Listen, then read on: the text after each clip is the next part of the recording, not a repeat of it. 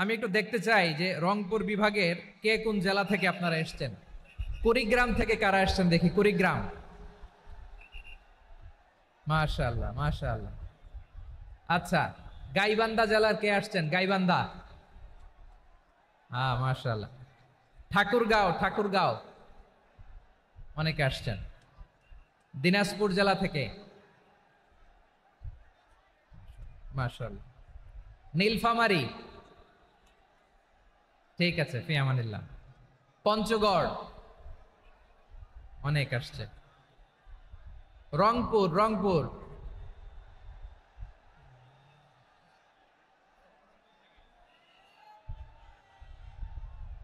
মাশাআল্লাহ মাশাআল্লাহ, ঠিক আছে। লালমনিরহাটের কারা দেখি। লালমনিরহাট,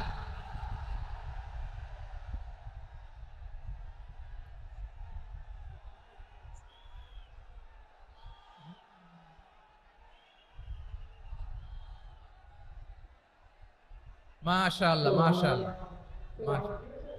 মাশাআল্লাহ।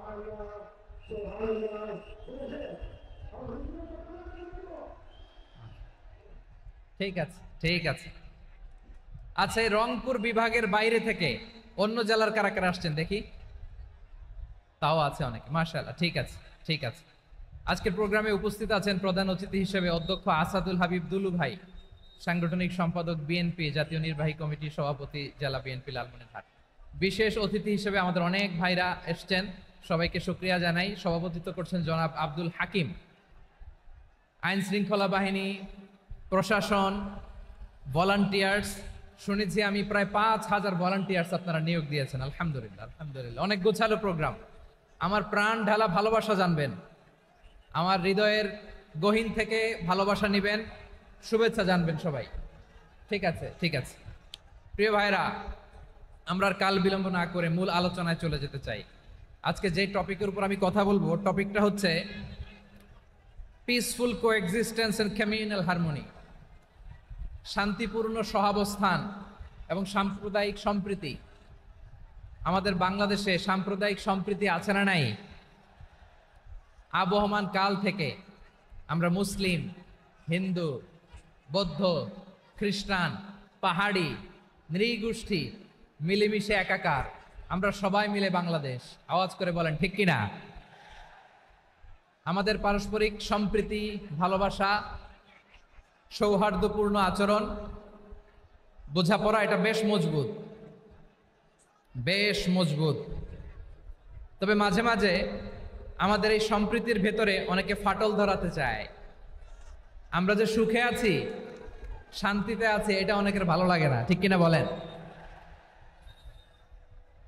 আমাদের মধ্যে সাম্প্রদায়িক সম্প্রীতি, সৌহার্দ্যপূর্ণ আচরণ, ভালোবাসা, এটা আবহমান কাল ধরে আছে। তার প্রমাণ, আমরা তাফসিরুল মাহফিলের আয়োজন করলে আমাদের হিন্দু ভাইরা ডিস্টার্ব করে না, ঠিক কিনা? এবং আমি যদি বলি হাত তোলেন, হিন্দু ধর্মের কারা কারা এসেছেন, কত শত কত হাজার যে হাত উঠবে, আপনি অবাক হয়ে যাবেন। আমি চাচ্ছি না হাত উঠাতে। খুলনাতে সর্বশেষ যে আমি প্রোগ্রাম করে গেলাম, সেখানে কয়েকশো হিন্দু ভাই আসছে আমাদের আলোচনা শুনতে, আলহামদুলিল্লাহ। অনেক বৌদ্ধরা আসে, অনেক খ্রিস্টানরা আসে। এবার সফরেও অনেক হিন্দু ভাইরা আমার সাথে দেখা করেছে, তারা বলেছে হুজুর আমরা আপনার আলোচনা শুনি, আলহামদুলিল্লাহ বলেন।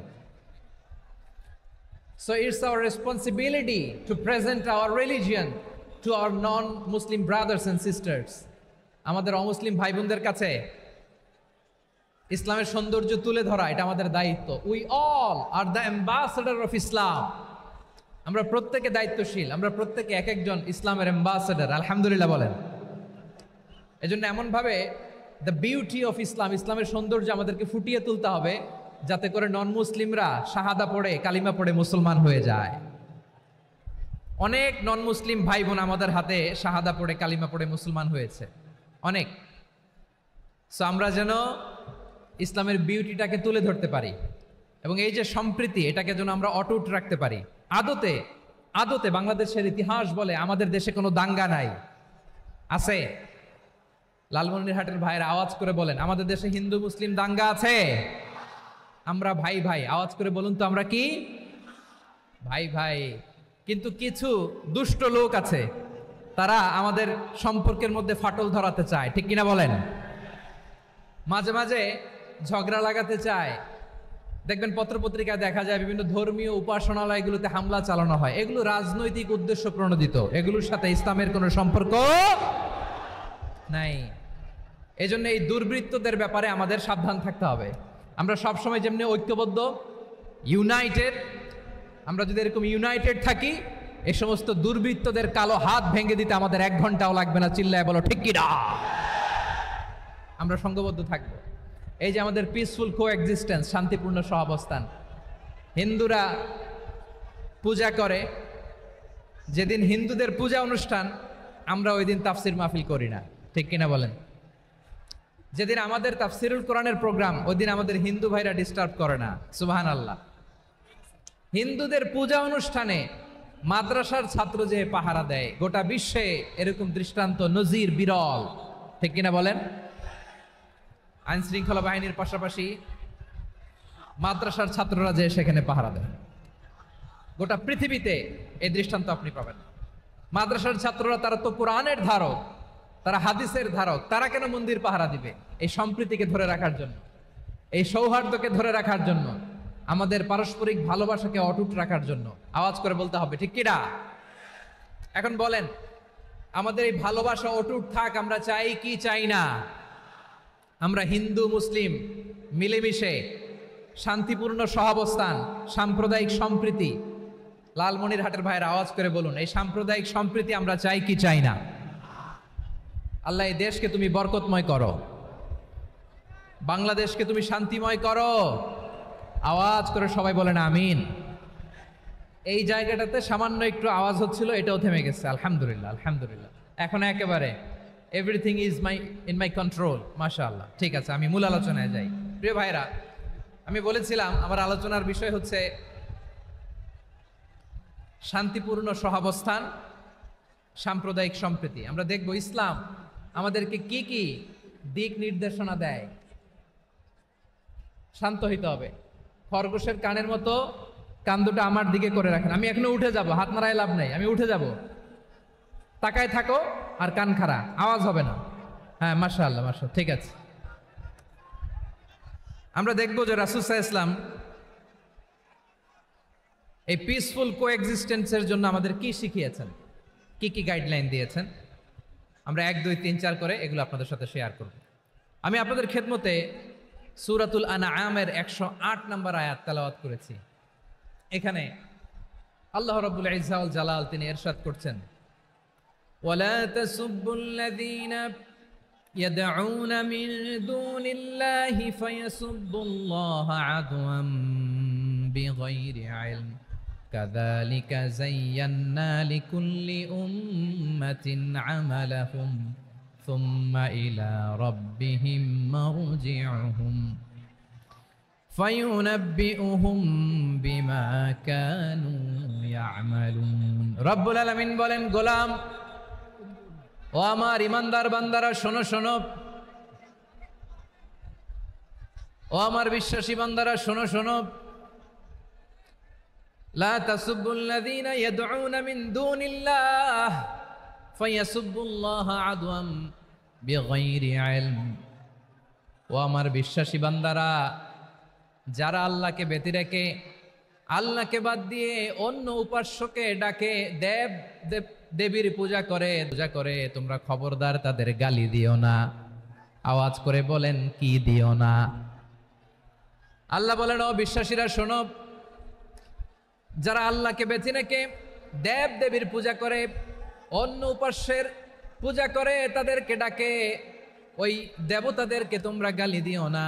যদি ওই দেবতাদেরকে গালি দাও, তাহলে ভুলবশত, শত্রুতাবশত তারা তোমাদের রব আল্লাহকে গালি দেবে, ঠিক কি না? তোমরা যদি তাদের দেবতাদের গালি দাও, ওরা রেগে তোমার আল্লাহরে গালি দিবে, তাহলে আল্লাহরে গালি খাওয়ানোর কারণ হয়ে গেলাম আমি, ঠিক কি না? বলেন।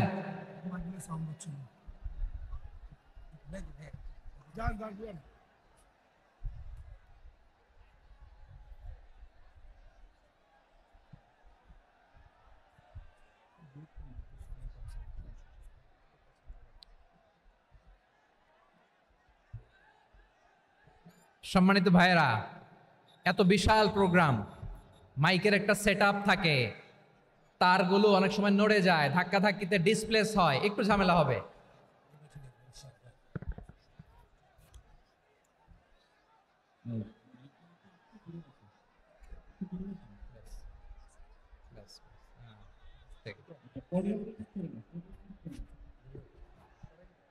ঠিক আছে, একটু একটু সমস্যা হবে মাঝে মাঝে। আপনারা শান্ত থাকলে,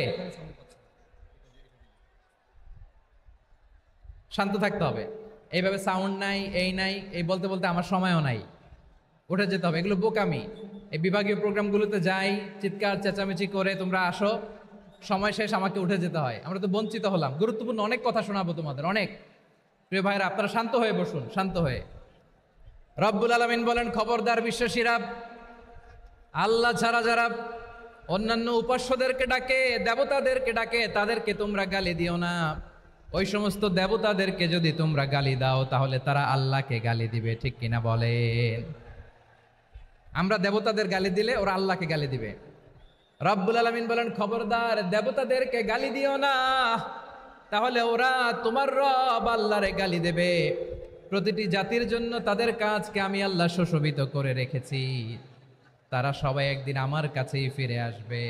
এরপর আমি রব্বুল আলামিন তাদের আমলনামা তাদেরকে জানিয়ে দেব। সুবহানাল্লাহ পড়ে। প্রিয় ভাইয়েরা, আল্লাহ তাআলা বলেছেন, খবরদার গালি দিও না। আদেশটা কার? আওয়াজ করে বলেন তো। হিন্দুদের দেবতা দেবদেবীদেরকে গালি দেওয়া যাবে না। আওয়াজ করে বলুন প্রিয় ভাইয়েরা, এই আদেশটা কার? এই আপনাদের গলার আওয়াজ। অন্য ধর্মের দেবতাদেরকে যে গালি দেওয়া যাবে না, এই আদেশটা কার? আরো জোরে বলুন, কার? গালি দিবেন কোন দেবতাকে? দিবেন? যদি দেন, তাহলে ওরা আল্লাহরে গালি দিবে। তাহলে আল্লাহরে গালি খাওয়াইলো কে? আপনি। ঠিক কিনা বলেন? আমি আল্লাহকে গালি খাওয়ানোর কারণ হলাম। কারণ আমি যদি গালি না দিতাম, ওরা আমার রবকে গালি দিত না। আওয়াজ করে বলেন ঠিক কিনা? তাহলে প্রিয় ভাইয়েরা, ইসলাম আমাদেরকে শিখায়, সূরাতুল আনআমের 108 নম্বর আয়াত থেকে আমরা বুঝলাম, কোনো ধর্মকে ছোট করা যাবে না। অন্য ধর্মকে ছোট করা মানে ইসলামকে ছোট করা। অন্য ধর্মের দেবতাকে গালি দেওয়া মানে আল্লাহকে গালি খাওয়ানো। আওয়াজ করে বলেন ঠিক কিনা? খবরদার, এটা করা যাবে না। আর অন্য ধর্মের দেবতাকে যদি আপনি গালি দেন, ওরা ইসলাম থেকে দূরে সরে যাবে। যাও ইসলামের প্রতি আকৃষ্ট হয়েছিল, আর কোনোদিন ইসলামের ধারে কাছে আসবে না। আওয়াজ করে বলেন ঠিক কিনা? এজন্য কখনো কোনোদিন অন্য ধর্মের দেবতাদেরকে গালি দেয়া যাবে না। অন্য ধর্মের কোনো দেবতাদেরকে আমরা গালি দিব না, গালি দিব না। বরং ইসলামের beauty, the beauty of Islam, ইসলামের সৌন্দর্যকে আমরা তুলে ধরব। আমরা যদি বিশ্বনবী সাল্লাল্লাহু আলাইহি ওয়াসাল্লামের জীবনের দিকে তাকাই, তাহলে আমি দেখব বিষ্ণু ইসলাম মক্কাতে কিংবা মদিনাতে অন্য ধর্মের লোকদের সাথে খুব পিসফুলি লাইফ লিড করেছেন। হোক মুশরিক, হোক খ্রিস্টান, হোক ইহুদি, বিশ্বনবী সবার সাথে মিলেমিশে ছিলেন। আলহামদুলিল্লাহ বলেন। ইসলাম হচ্ছে পিসফুল রিলিজিয়ান। অন্য ধর্মের প্রতি সহনশীলতার সবক ইসলাম আমাদেরকে দেয়। কিন্তু প্রতিটি মুসলিমের এটা মনে রাখতে হবে, আল্লাহর কাছে পছন্দনীয় গ্রহণযোগ্য ধর্ম, জীবনাদর্শ একটি, সেটা হচ্ছে ইসলাম। আওয়াজ করে বলেন সেটা কি? লালমনিরহাটের ভাইয়েরা আওয়াজ করে বলুন, আল্লাহর কাছে মনোনীত ধর্ম একটি, সেটা কি? এজন্য রব্বুল আলামিন বলেন, ইন্নাদ-দীনা ইনদাল্লাহিল ইসলাম, আল্লাহর কাছে মনোনীত গ্রহণযোগ্য অ্যাকসেপ্টেড ধর্ম মতাদর্শ একটা, সেটা হলো ইসলাম। ইসলাম ছাড়া অন্য কোনো ধর্ম যদি কেউ তালাশ করে, তার ওই ধর্ম আল্লাহ গ্রহণ করবে না। ওমাই ইয়াবতাগি গায়রাল ইসলামি দীনান ফালাই ইউকবালা মিন ওয়া হুয়া ফিল আখিরাতি মিনাল খাসিরিন।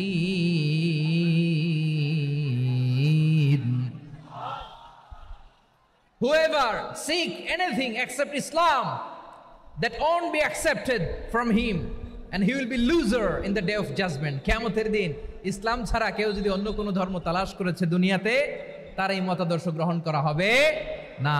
and he will be loser, সে হবে লুজার, ক্ষতিগ্রস্ত। হাই হাই কোম্পানির ম্যানেজার, ওর আমও শেষ, সালাও শেষ। আওয়াজ করে বলেন ঠিক কি না?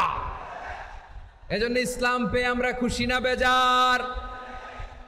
প্রত্যেক নামাজ শেষে আমরা আল্লাহরে বলি, আল্লাহ রাদিতু বিল্লাহি রাব্বা ওয়া বিল ইসলামি দীনা ওয়া বি মুহাম্মাদিন নাবিয়ান ওয়া রাসূলা। ও আল্লাহ, তোমারে রব হিসেবে পেয়ে আমরা খুশি।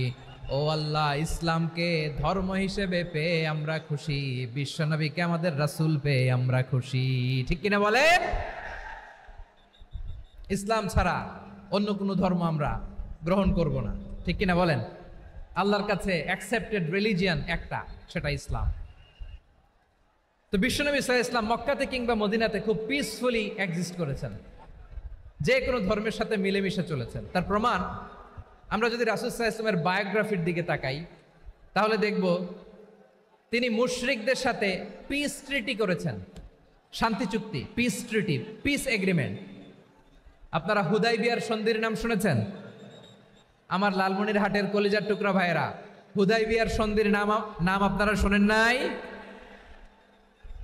ষষ্ঠ হিজরিতে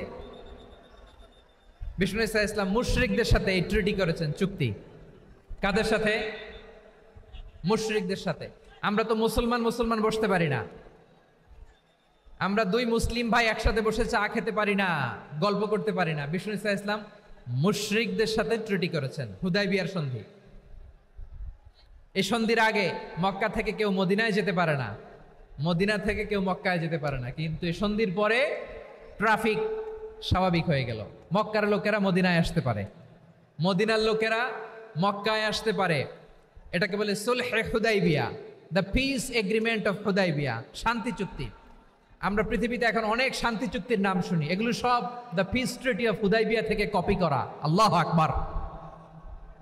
তাহলে বিশ্বনবী সাল্লাল্লাহু আলাইহি সাল্লাম তিনি যে শান্তিপূর্ণ সহাবস্থানে বিশ্বাসী ছিলেন,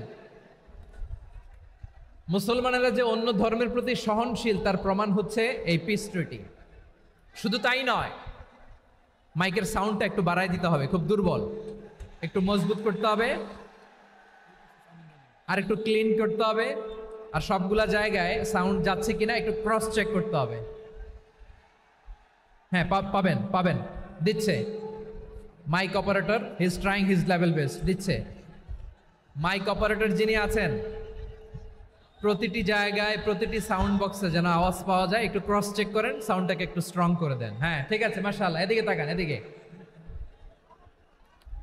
মক্কার পার্ট গেল, পিস এগ্রিমেন্ট করলেন, শান্তি চুক্তি। বিষ্ণু ইসলাম মদিনায় যে কি করলেন? মদিনায় যে বিষ্ণু ইসলাম মদিনা চার্টার করলেন, মদিনা সনদ, সাহিফাতুল মদিনা, এটার বলে মদিনা চার্টার। যে ওয়েস্টে, ইউরোপে, আমেরিকাতে তারা অনেক চার্টার করে, সব চার্টার মদিনা চার্টার থেকে কপি করা। আওয়াজ করে পড়েন সুবহানাল্লাহ। বিষ্ণু ইসলাম মদিনায় গেলেন, মদিনাতে মুসলিম, মুশরিক, ইয়াহুদি, এই তিন ধর্মের লোক মিলে সব স্টেক হোল্ডার যারা আছে সবাইকে নিয়ে বিষ্ণু ইসলাম মদিনা চার্টার করলেন, মদিনা সনদ। পড়েন সুবহানাল্লাহ। শুধু তাই নয়, মক্কাতে বিশ্বনবী পিস এগ্রিমেন্ট করলেন, শান্তি চুক্তি মুশরিকদের সাথে। মদিনাতে যে বিশ্বনবী মদিনা চার্টার করলেন, মদিনা সনদ করলেন ইহুদিদের সাথে। আবার মদিনাতে বিশ্বনবী ইহুদিদের সাথে পিস ডায়ালগ করলেন, ইন্টারফেথ ডায়ালগ করলেন, আন্তধর্মীয় সংলাপ করলেন। যেই সংলাপের মূল ভিত্তি ছিল তাওহীদ। মূল ভিত্তি ছিল কি? তাওহীদ। বিশ্বনবী ইহুদিদেরকে ডাকলেন, আহ্বান করলেন, কুল ইয়া আহলাল কিতাবি তাআলাউ ইলা কালিমাতিন সাওয়াইন বাইনানা ওয়া বাইনাকুম আল্লা না'বুদা ইল্লাল্লাহ ওয়া লা নুশরিকা বিহি শাইআন ওয়া লা ইয়াত্তাখিযা বা'দুনা বা'দান আরবাবাম মিন দুনিল্লাহ فإن تولوا فقولوا اشهدوا بأننا مسلمون। সুবহানাল্লাহ পড়েন। বিশ্বনবী মদিনার ইহুদিদের ডেকে বললেন, ও ইহুদিরা, শোনো শোনো, আসো এমন একটা আদর্শের প্রশ্নে আমরা একত্রিত হই, যে আদর্শের প্রচার তোমাদের নবীরাও করেছে, আমিও করি, যে আদর্শের কথা তোমাদের পবিত্র ধর্মগ্রন্থগুলোতে আছে, আমার কোরআনেও আছে। সেটা হলো তাওহীদ। আমরা এক আল্লাহ ছাড়া কারো ইবাদত করব না, আল্লাহর সাথে কাউরে শরীক করব না, আল্লাহ ছাড়া কাউরে রব মানব না। পড়েন সুবহানাল্লাহ। তাহলে আমার প্রিয় লালমনিরহাটের ভাইরা, মদিনাতে যেয়ে তিনি মদিনা চার্টার করলেন, মদিনা সনদ, পিস ডায়ালগ করলেন, শান্তির সংলাপ, ইন্টারফেথ ডায়ালগ করলেন, আন্তধর্মীয় সংলাপ যার ভিত্তি ছিল তাওহীদ। সুবহানাল্লাহ পড়েন। তাহলে অন্য ধর্মের প্রতি সব সময় ইসলাম সহনশীল, টলারেন্স। যদি আপনি দেখতে চান ইসলামের নবী বিশ্ব নবীর দিকে তাকান, ঠিক কিনা বলেন? আমরা তো সংখ্যালঘুদের রাইটস প্রোটেক্ট করার জন্য কত আইন বানাই, কত বৈঠক করি, কত সংবাদ সম্মেলন করি। বিষ্ণু সাল্লাল্লাহু আলাইহি ওয়াসাল্লাম সংখ্যালঘুদের রাইটসের ব্যাপারে, অধিকারের ব্যাপারে যে কথা বলেছেন, শুনলে আপনি অবাক হয়ে যাবেন। বিশ্বনবী বলেন, আলা মান যালামা মুআহাদান আও ইনতাকাসাহু আও কাল্লাফাহু ফাওকা তাআতিহি আও কাল্লাফাহু ফাওকা তাকাতিহি আও আখাযা মিনহু শাইআন বিগাইরি তিবি নাফসিন ওয়া আনা হাজিজুহু ইয়াউমাল কিয়ামা। খবরদার, জেনে রাখো, কেউ যদি কোনো সংখ্যালঘুর উপরে অত্যাচার করে, কোনো সংখ্যালঘুর প্রাপ্য থেকে যদি কেউ কাউকে ঠকায়, সংখ্যালঘুর উপর যদি কেউ কষ্ট দেয়, কোনো সংখ্যালঘুর সম্পদ যদি কেউ জোর করে কেড়ে নেয়, আমি কিয়ামতের দিন বিশ্বনবী ওই সংখ্যালঘুর পক্ষে আর ওই মুসলমানদের বিপক্ষে বাদী হয়ে দাঁড়াবো। সুবহানাল্লাহ বলতে পারলেন না? আল্লাহু আকবার। আপনি নামাজি, আপনি মুসল্লি, আপনি হাজী সাহেব, তাহাজ্জুদ পড়তে পড়তে কপালে দাগ ফেলে দিছেন, আপনার প্রতিবেশী হিন্দু, ভাবছেন আমার তো পাওয়ার আছে, ওর জমিটা দখল করি। বিশ্বনবী বলেন, কিয়ামতের দিন ওই হিন্দুর পক্ষে তোর বিরুদ্ধে আমি বাদী হয়ে দাঁড়াবো। পৃথিবীর কোন ধর্মে এরকম স্টেটমেন্ট পাবেন? পাবেন? আপনি ভাবছেন আপনি নামাজ পড়লে হাজী সাহেব কপালে দাগ ফেলাই দিলে আপনি সেলসেলায় জান্নাতে চলে যাবেন না? খবরদার। বিশ্বনবী বলেন, কোন সংখ্যালঘুর উপর যদি কেউ আক্রমণ করে, তার প্রাপ্য তাকে না দিয়ে যদি তাকে ঠকায়, তার উপর জুলুম করে, তার সম্পদ যদি কেড়ে নেয়, আমি নবী, তুমি মুসলিম হইতে পারো, মুসল্লি হইতে পারো, তার পক্ষে, তোমার বিপক্ষে আল্লাহর দরবারে বাদী হয়ে দাঁড়াবো। আচ্ছা লালমনিরহাটের ভাইরা, কথা বুঝতে পারলে আওয়াজ করে উত্তর দেন। বিশ্বনবী যদি কারো বিপক্ষে দাঁড়ায় কিয়ামতের দিন, আই রিপিট, আমি আবারও বলছি, বিশ্বনবী যদি কিয়ামতের দিন কারো বিপক্ষে দাঁড়ায়, ও তো সেলসেলায়া জান্নাতি, তাই না? জান্নাতি না? যে নবীর সুপারিশ ছাড়া জান্নাতের গেটও দেখা যাবে না, ওই নবী যদি বলে তোর বিপক্ষে আমি বাদী হয়ে দাঁড়াবো, ওই জান্নাতে আর ঢোকার কোনো সুযোগ আমাদের থাকবে? এখানেই শেষ না আমার প্রিয় লালমনিরহাটের ভাইয়েরা, এখানেই শেষ নয়। বিশ্বনবী বলেন, মান কাতালা মুআহাদান, বুখারীর বর্ণনা, মান কাতালা মুআহাদান লাম ইয়ারাহ রাইহাতাল জান্নাহ। কেউ যদি, কোনো মুসলিম যদি অন্যায়ভাবে কোনো সংখ্যালঘুকে হত্যা করে, কোনো হিন্দুকে হত্যা করে, কোনো বৌদ্ধরে হত্যা করে, অন্যায়ভাবে কোনো মুসলিম যদি কোনো সংখ্যালঘুরে হত্যা করে, জান্নাতে যাওয়া তো দূরের কথা, ওই মুসলিম জান্নাতের ঘ্রাণও পাবে না। সেই বুখারীর বর্ণনা, মান কাতালা মুআহাদান লাম ইয়ারাহ রাইহাতাল জান্নাহ ওয়া ইন্না রিহাহা লা ইউজাদু মিন মাসিরাতি 40 আমা। যে জান্নাতের ঘ্রাণ 40 বছর দূরের রাস্তা থেকেই পাওয়া যায়। সুবহানাল্লাহ পড়েন। প্রিয় ভাইরা, এখান থেকে জান্নাতে পৌঁছতে লাগবে 40 বছর। এত দূর, কত বছর? সবাই বলেন কত বছর? এখান থেকে জান্নাতে পৌঁছতে লাগবে 40 বছর। এত দূরে থাকতেই জান্নাতের ঘ্রাণ আপনার নাকে এসে ধাক্কা মারবে।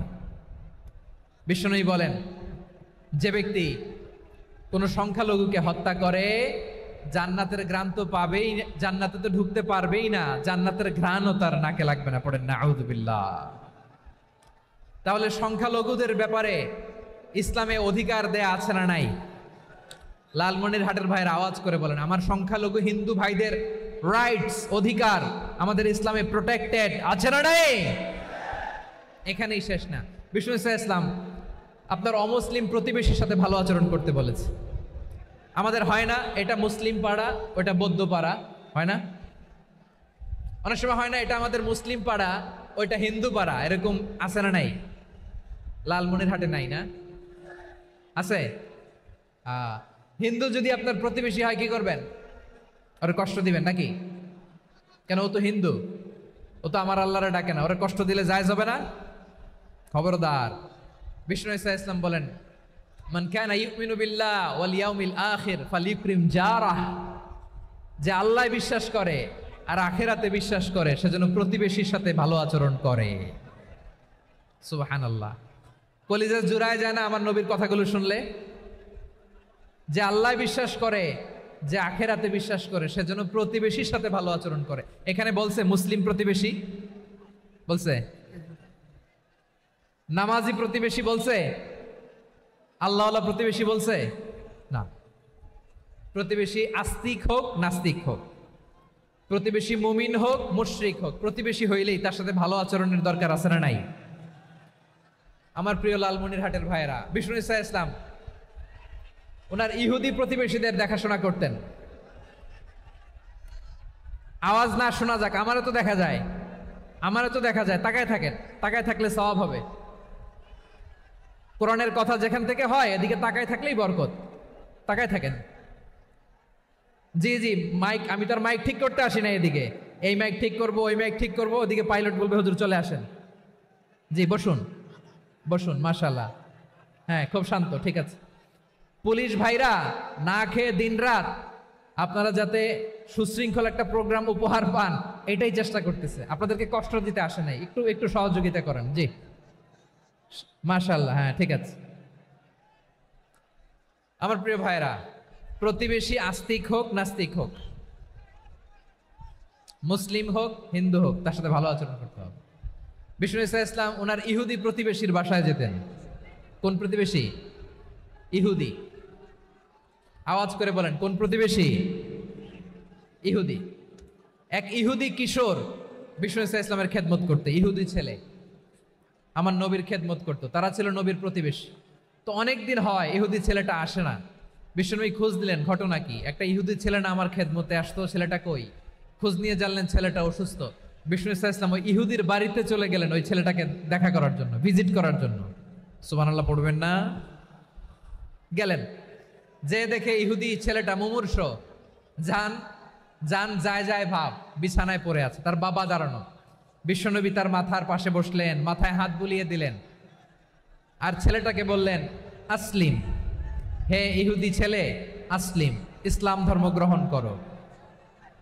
তো ছোট্ট ছেলে ভাবে আমরা ইহুদি, এখন ইসলাম ধর্ম গ্রহণ করলে আব্বা যদি বকা দেয়, ফানাযারা ইলা ওয়াজহি আবি, ছেলেটা তার বাবার চেহারার দিকে তাকালো, দেখি আব্বা কি কয়। আব্বা যদি বলে তাইলে ইসলাম ধর্ম গ্রহণ করবে। ইহুদি ছেলেটা তার বাবার দিকে যখন তাকালো, ওর বাবা বলে আতি আবুল কাসিম, আবুল কাসিম যা বলে তাই করো। আবুল কাসিম হচ্ছে বিষ্ণু ঈসা ইসলামের একটা কুনিয়াত, উপনাম। আমার রাসূলের বড় ছেলের নাম ছিল কাসেম। যেমন দেখবেন আমাদের এলাকায় কারো ছেলের বড় ছেলের নাম যদি হয় আব্দুল্লাহ, এরা আব্দুল্লাহর বাপ বলে ডাকে। কারো বড় মেয়ের নাম যদি হয় ফাতেমা, এরা কি ডাকে? ফাতেমার বাপ বলে না? তো বিষ্ণু ঈসা ইসলামের বড় ছেলের নাম ছিল কাসেম। ইহুদি বাবা বলল আতি আবুল কাসেম, আবুল কাসেম যা বলে তাই শোনো, মানে মোহাম্মদ যা বলে তাই শোনো। এই কথা শুনে ছেলে সাহস পাইছে, ছেলে আবার পড়তে আরম্ভ করলো আশহাদু আল্লাহ ইলাহা ইল্লাল্লাহ ওয়া আশহাদু আন্না মুহাম্মাদার রাসূলুল্লাহ, পড়েন আল্লাহু আকবার। বিশ্বনবীর আহ্বান শুনে ওই আহ্বানে সাড়া দিয়ে ইহুদি ছেলে শাহাদা পড়ে মুসলমান হয়ে গেল। তার হৃদয়টারে ইমানের নূর দিয়ে আলোকিত করে দিল কে? প্রিয় ভাইরা, এবার রাসূল সাল্লাল্লাহু আলাইহি ওয়াসাল্লাম বের হয়ে আসলেন ঘর থেকে, আর বললেন আলহামদুলিল্লাহিল্লাযী আনকাযাহু মিনান নার, প্রশংসা সে আল্লাহর যে আল্লাহ জাহান্নামে চলে যাচ্ছিল প্রায় এমন একটা লোককে মুহূর্তের মধ্যে কালেমায়ে শাহাদাতের বদৌলতে জান্নাতি বানায় দিলেন। আওয়াজ করে পড়েন সুবহানাল্লাহ। এই হাদিস থেকে আমরা কি শিখলাম? What is the moral of the story? এক নম্বর স্টোরি হলো, প্রতিবেশী ইহুদি হোক হিন্দু হোক, যাবেন, সুসম্পর্ক রাখবেন, উপহার দিবেন, বিপদে পাশে দাঁড়াবেন, তাইলেই তো আপনাদের প্রতি, মুসলমানদের প্রতি তারা আকৃষ্ট হবে, ঠিক কিনা বলেন? আপনি যদি হিন্দুদের সাথে বৌদ্ধদের সাথে নাই মিশেন, নাস্তিকের কাছে নাই যান, তো ইসলামের সৌন্দর্যটা ওরা বুঝবে কেমনে? আমার অনেক হিন্দু পরিচিত ভাই আছে, ওরা আমাদের ইফতারির প্রোগ্রামে এসে একসাথে ইফতারি করে। অনেক মদখোর আমার সাথে বসে একসাথে ডিনার করে, হাফ প্যান্ট পরা, গলায় স্বর্ণের চেইন, হাতে স্বর্ণের ব্রেসলেট, আয়শা আমার সাথে ডিনার করছে, আছে এরকম গাজাখোর। আমি বলি আসো, welcome welcome to my dinner, আসো বসো। বসলেই তো আমি ওর ডিএনএ, চিন্তার ডিএনএ চেঞ্জ করে দেওয়ার সুযোগ পাবো। চিল্লায় বলো ঠিক কি না? আসতে হবে আমার কাছে। Hour door is open, the door of Islam is open 24/7। সব সময় আমাদের ইসলামের দরজা আমার অমুসলিম ভাইদের জন্য খোলা আছে না নাই? এই হাদিস থেকে দুইটা শিক্ষা। এক নম্বর শিক্ষা, প্রতিবেশী মুসলিম হোক অমুসলিম হোক, যান, অসুস্থ হইলে একটু আপেল নিয়ে যান, আঙ্গুর নিয়ে যান, কমলা নিয়ে যান, তাদের সাথে ভালো আচরণ করেন। ইসলামের বিউটি দেখে, সৌন্দর্য দেখে অবাক হবে, নসিব ভালো হলে কোনোদিন কালিমা পড়ে মুসলমান হয়ে যাবে। ঠিক কিনা বলেন? তাহলে অমুসলিমের সাথে ভালো সম্পর্ক। বিশ্বনবী ইহুদির বাড়িতে গেলেন, ইহুদির বাড়ি, আর আমার মুসলমান ভাই আমার কাফের বলে, এরকম আছে না নাই? মুসলিম মুসলিমরা দেখতে পারে না, সহ্য করতে পারে। বিশ্বনবী সাল্লাল্লাহু আলাইহি ওয়াসাল্লাম ইহুদির বাড়িতে গেলেন, এটা একটা শিক্ষা। আরেকটা শিক্ষা হলো, ভাইয়েরা ধাক্কা মারে এসে সামনে এসে কি লাভ? প্রোগ্রাম তো শেষ হচ্ছে, এখনই শেষ হচ্ছে। তো এই যে আমাদের বকশি ভাই ওয়াদা নিল, হাত তোলালো, মিম বলে এত কথা বলল, তো আমি জেলায় জেলায় যে খালি হাত নাড়াই তোমাদের জন্য নাকি?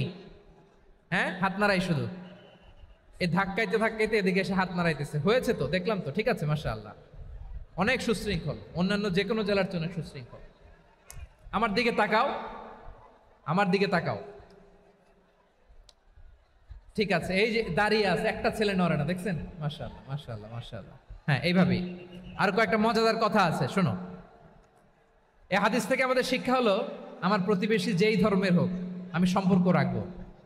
অসুস্থ হলে যাব, কি বলেন ভাইরা? যাবেন না? যাবেন না আপনারা? আচ্ছা, 2 নম্বর শিক্ষা হলো, বিষ্ণু ইসা ইসলামের খাদেম ছিল ইহুদি, এতদিন খেদমত করলো, একদিনও বিশ্বনবী ওরে কালিমার দাওয়াত দেয় নাই। কারণ কি? বিশ্বনবী একটা ভালো সময়ের অপেক্ষা করতেছিলেন, প্রপার টাইমিং। দাঈর কাজ হচ্ছে দাঈ ইলাল্লাহ, সে হচ্ছে সুযোগ সন্ধানী। দাঈ সুযোগ খোঁজে, কখন দাওয়া দিলে ব্যাটে বলে হবে, ঝোপ বুঝে কোপ মারে, ঠিক কিনা বলেন? বিষ্ণু ইসলাম ভালো সময়ের অপেক্ষা করতেছিলেন, দেখি ভালো সময় আসুক আসুক আসুক আসুক। আস্তে আস্তে এমন সময় আসছে, ছেলে এবার মুমূর্ষ। অসুস্থ ব্যক্তির হৃদয় অত্যন্ত নরম থাকে। হসপিটালে যখন কেউ যায় তার হৃদয়টা বড্ড নরম থাকে, মৃত্যুর ভয়ে তার অন্তরটা নরম থাকে, ঠিক কিনা বলেন? এই প্রপার টাইমিং এর অপেক্ষা করতেছিলেন। যখনই টাইমিং পেয়েছেন, দাওয়াত দিলেন, পড়ো লা ইলাহা ইল্লাল্লাহ, সুবহানাল্লাহ পড়েন সবাই। তাহলে ইসলাম অমুসলিম প্রতিবেশীর সাথে ভালো আচরণ করতে বলে। ইসলাম অমুসলিম মাতা পিতার সাথেও ভালো আচরণ করতে বলে। মাতা পিতা যদি অমুসলিম হয়, তারা ফেলে দিতে পারবেন? পারবেন? পারবেন? আমার লালমনিরহাটের ভাইয়েরা, অনেক হিন্দু ছেলে আমাদের হাতে শাহাদা পড়ে মুসলিম হয়, কিন্তু ওর মা মুসলমান হয় নাই, বাবাও হয় নাই, এরকম আছে না নাই? তো ও হয়েছে মুসলিম, মা বাপ হিন্দু, এখন মা বাপ কি বাদ? হ্যাঁ, মা বাপ বাদ দেয়া যাবে? যেই মা আপনারে 9 মাস 8 মাস পেটে ধারণ করলো, আপনার মায়ের নার ছেঁড়া ধন, আপনি ওই মারে বাদ দিতে পারবেন? যে মায়ের বুকের তাজা দুধ খেয়ে আপনি আজকে বাড়ন্ত তাজা তরতাজা, ওই মারে বাদ দেয়া যাবে? মায়ের এক ধারে দুধের দাম, কাটিয়া গায়ের চাম, পাপোশ বানাইলে ঋণের শোধ হবে না, এমন দরদি ভাবে কেউ হবে না আমার মাহা গো। মায়ের এক ধারে দুধের দাম, কাটিয়া গায়ের চাম, পাপোশ বানাইলে ঋণের শোধ হবে না, এমন দরদি ভাবে কেউ হবে না আমার মাহা গো, ঠিক কিনা? মাকে তো বাদ দেয়া যায় না। وَقَضَى رَبُّكَ أَلَّا تَعْبُدُوا إِلَّا إِيَّاهُ وَبِالْوَالِدَيْنِ إِحْسَانًا। আল্লাহ বলে, অবধারিত 2টা ভার্ডিক তোমাদের জন্য, এক আল্লাহর ইবাদত করবা আর মা বাবার প্রতি ইহসান করবা। আদেশটা কার? মা বাবার প্রতি ইহসান করতে হবে। আমার মা হিন্দু হোক, ভালো আচরণ করতে হবে, বৌদ্ধ হোক, ভালো আচরণ করতে হবে। আমার যে সমস্ত হিন্দু ভাইয়েরা মুসলিম হয়েছ, তোমাদের মা বাবা এখনো মুসলমান হয় নাই, তাদের সাথে ভালো আচরণ করতে হবে আপনাদের। খেদমত নিজে করতে হবে অথবা খেদমতের ব্যবস্থা করাই দিতে হবে। মান্থলি যে খরচ লাগে এটা দিতে হবে। আরে তুমি এখন মুসলিম, তোমার মা বাবা হিন্দু, এখনই তো সুযোগ ইসলামের সৌন্দর্য দেখানো। এখন মা বাবা যদি দেখে আরে এটা হিন্দু থাকতে তো বদমাইশ ছিল, বেয়াদব ছিল, কি এমন ধর্ম সে গ্রহণ করলো যেটা গ্রহণের সাথে সাথে সে পাল্টে গেল? কি এমন ধর্ম সে গ্রহণ করেছে যেটা তার জীবনকে আলোকিত করে দিয়েছে? নসিব ভালো হইলে তারাও কালিমা পড়ে মুসলমান হয়ে যাবে। বিষ্ণু ইসলামের স্ত্রীর নাম ছিল আয়েশা রাদিয়াল্লাহু তাআলা আনহা, আবু বকর রাদিয়াল্লাহু তাআলা আনহুর মেয়ে। আবু বকর রাদিয়াল্লাহু তাআলা আনহুর আরেক মেয়ের নাম হচ্ছে আসমা। কি নাম? দুজনই আবু বকর রাদিয়াল্লাহু তাআলা আনহুর মেয়ে, আসমা আর আয়েশা। নাম দুইটা কেমন লাগে? আসমা নামটা কেমন লাগে? আয়েশা নামটা কেমন লাগে? সবার ভালো লাগে নাই? নাম দুটো আপনাদের ভালো লাগে? লালমনির হাটে অনাগত যদি কন্যা সন্তান হয়, যদি মনে চায় আসমা রেখে দিতে পারবেন, যদি মনে চায় আয়েশা রেখে দিয়েন। দেশে বিদেশে এয়ারপোর্টে রাস্তাঘাটে শুধু বলে হুজুর একটা নাম দেন, আমার ছেলের একটা নাম দেন, মেয়ের একটা নাম দেন। তো আমার মনে আছে যশোরের আদ্দিনের মাহফিলে আমি একটা দুইটা নাম দিয়েছিলাম। আজকে লালমনির হাটের এই প্রোগ্রামে কন্যা সন্তান যদি হয় দুটা নাম দিলাম, আসমা কিংবা আয়েশা। ইনশাআল্লাহ পড়েন। দুজন বোন, এক মায়ের না, বাবা এক মা দুইজন। আয়েশা রাদিয়াল্লাহু তাআলা আনহার মায়ের নাম উম্মে রুমান, আর আসমা রাদিয়াল্লাহু তাআলা আনহার মায়ের নাম কুতাইলা বিনতে আব্দুল উজ্জা। আবু বকর রাদিয়াল্লাহু তাআলা আনহু 4টা বিয়ে করেছিলেন। তো একই ঘটনা ঘটেছে এই ফ্যামিলিতে। আসমা ইসলাম ধর্ম গ্রহণ করে মুসলিমা, কিন্তু তার মা কুতাইলা মুশরিকা। আই রিপিট, বোঝার জন্য আমি আবারও বলি, আসমা রাদিয়াল্লাহু তাআলা আনহা মুসলিমা, আর আসমার মা কুতাইলা, আওয়াজ করে বুঝে থাকলে বলেন, আসমার মা মুশরিকা।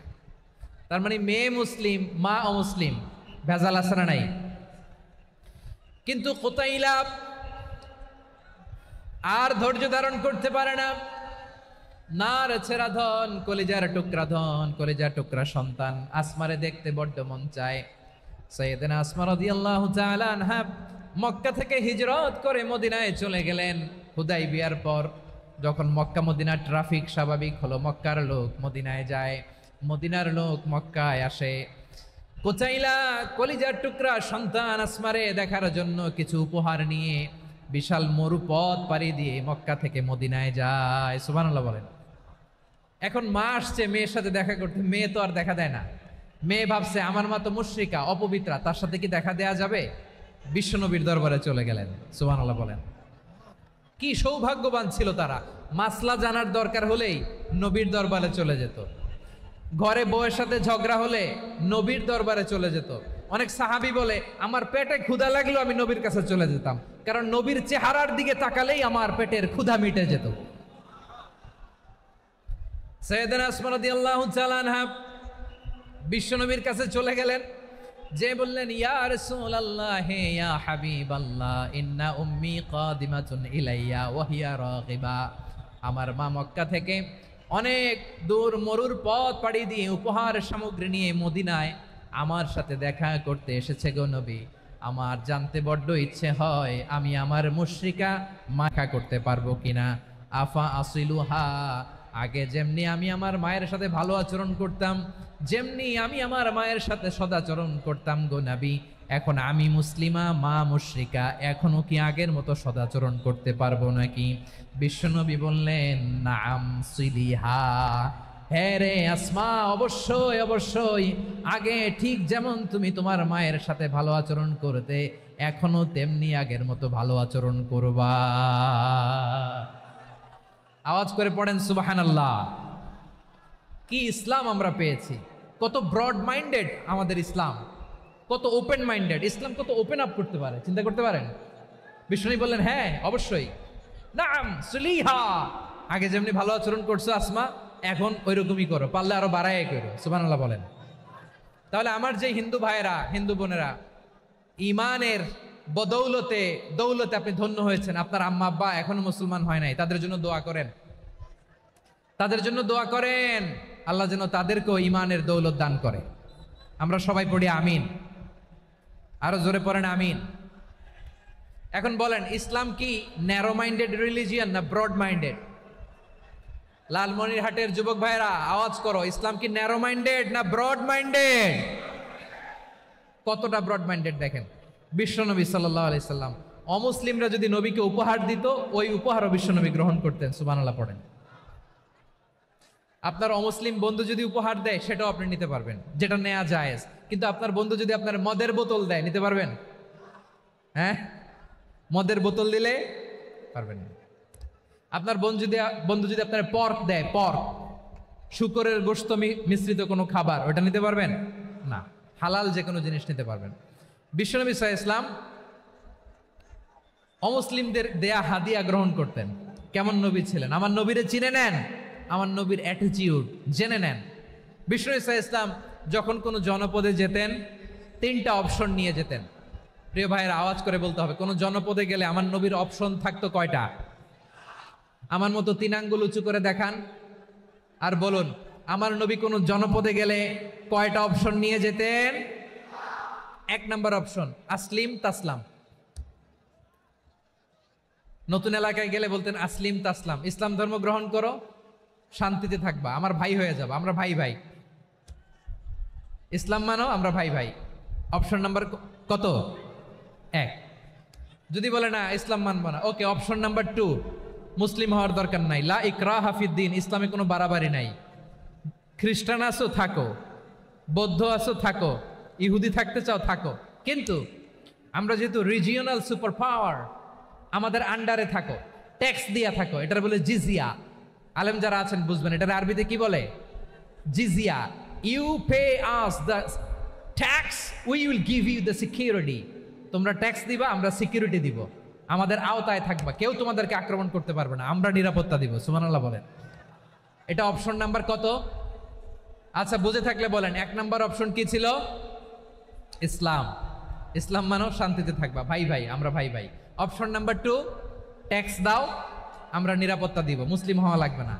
এখন 1 নাম্বারও মানে না, 2 নাম্বারও মানে না, মুসলিম হব না, ভালো, খ্রিস্টান থাকো, ট্যাক্স দাও, আমরা সিকিউরিটি দিব না, এইটাও মানি না।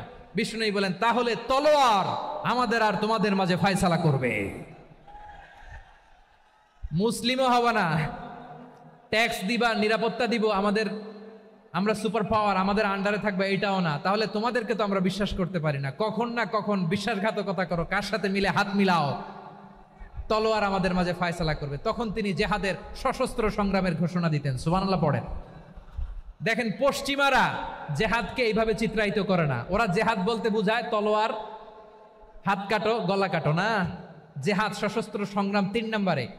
অধিকাংশ ক্ষেত্রেই বিশ্বনবীর সুন্দর আচরণ দেখে, আরে আমার নবীর যে নুরানি চেহারা, অনেকে তো কেবল সিরেফ চেহারাটা দেখেই কালিমা পড়ে মুসলমান হয়ে গিয়েছে।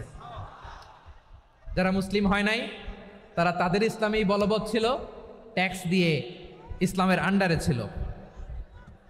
যারা এটাও মানে নাই, ওইটাও মানে নাই, তাদের বিরুদ্ধে জেহাদ। বিষ্ণু ইসলাম 7ম হিজরিতে যখন খায়বার বিজয়ের পরে ইসলাম রিজিওনাল সুপার পাওয়ার হিসেবে আত্মপ্রকাশ করলো, বিশ্বনবী চিঠি লিখলেন অন্যান্য সুপার পাওয়ারের কাছে, রাষ্ট্রীয় চিঠি লেখে এক রাষ্ট্রপ্রধান আরেক রাষ্ট্রপ্রধানের কাছে। ঠিক কিনা বলেন? জানেন না আপনারা? এই যে 24-এর ছাত্র নাগরিক অভ্যুত্থানে, এই অভ্যুত্থান যখন শুরু হয়, আমি তখন সাউথ আফ্রিকাতে, একটা স্ট্যাটাস দিয়েছিলাম, কোটা নয় গোটা দেশ সংস্কার করা লাগবে। শুধু বাংলাদেশ নয়, সারা বিশ্বের বাংলা ভাষাভাষী লোকেরা এই আন্দোলনের সাথে সমর্থন তারা করেছে, এটাকে সাপোর্ট করেছে, তারা সমর্থন দিয়েছে। আমাদের ইউনাইটেড আরব আমিরাতের বাংলাদেশি ভাইয়েরা, তারা সেখানে রাস্তায় নেমে এসেছিল, জানেন?